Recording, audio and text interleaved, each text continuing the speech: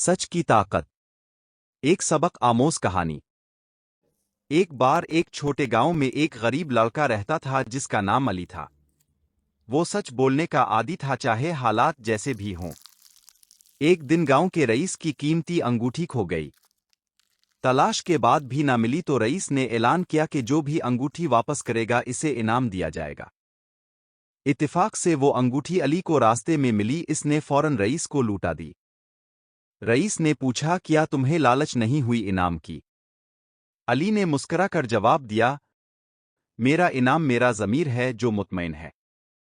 Rice इसकी ईमानदारी से इतना मुतासिर हुआ कि इसे अपने बेटे की तालीम के साथ पढ़ाने का फैसला किया।